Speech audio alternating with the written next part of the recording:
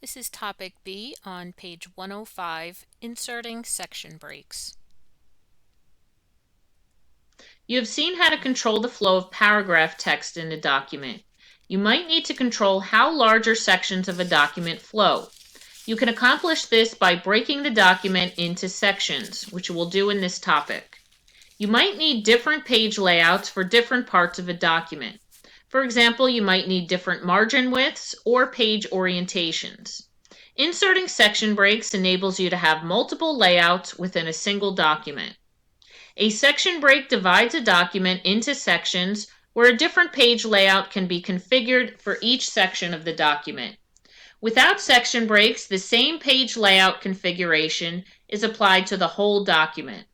The page layout includes headers, footers, page numbering, page orientation, and margins. If you want section breaks, you must insert them manually.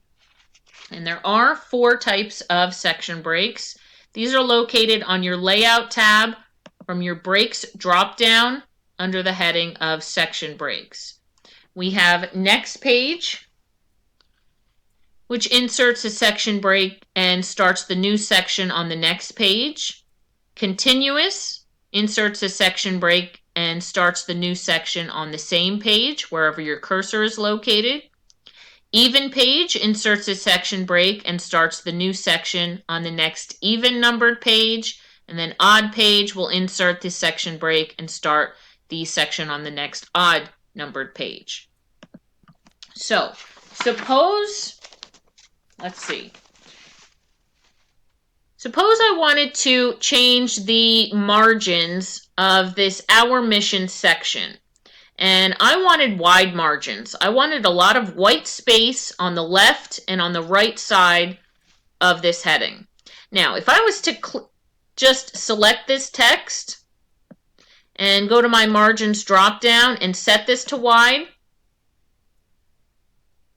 you can see, even though I have that text selected, it applied it to my whole entire document. The whole entire thing. I need to break it into sections and then apply those wide margins. So I'm going to undo this. And what I'm going to do, even before I do that, when you're working with any type of section breaks, always, always, always make sure your Show Hide button is enabled. Otherwise, you will not see when you insert the section break, because it's only going to show when you have the Show Hide button on. So I need to make a section break before Our Mission and then after my multi-level list. So I'm going to put my cursor before the O in Our, and from my breaks drop down, I want to start this section break right where my cursor is, so I'm going to do a continuous section break. So you can see, it puts it on the previous line before Our Mission. So anything before Our Mission is good. And then I'm going to bring my cursor after materials, and I'm going to insert another section, continuous section break. Okay, so now this part of my document is sectioned off from the rest of the document. So now I want to make sure that my cursor is somewhere in between these 2 section breaks. Go to change my margins, change them to wide, and look at that. Now it only changed the parts in between those 2 section breaks to wide margins. All right. I don't know how that got letter C in there. But only this section has that extra space on the left and right now, not the whole entire document, because I broke it up into sections. So you want to be able to do that for different margins, different orientation. Let's say, obviously, this document right now, all of my pages are in portrait orientation.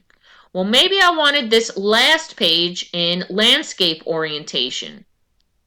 I'm going to put my cursor before Who Can Volunteer. We'll do a continuous section break here.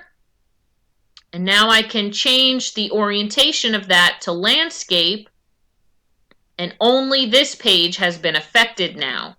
Otherwise, The whole entire document, every single page in there would have been landscape orientation. It did give me a blank page, but that's okay. All right.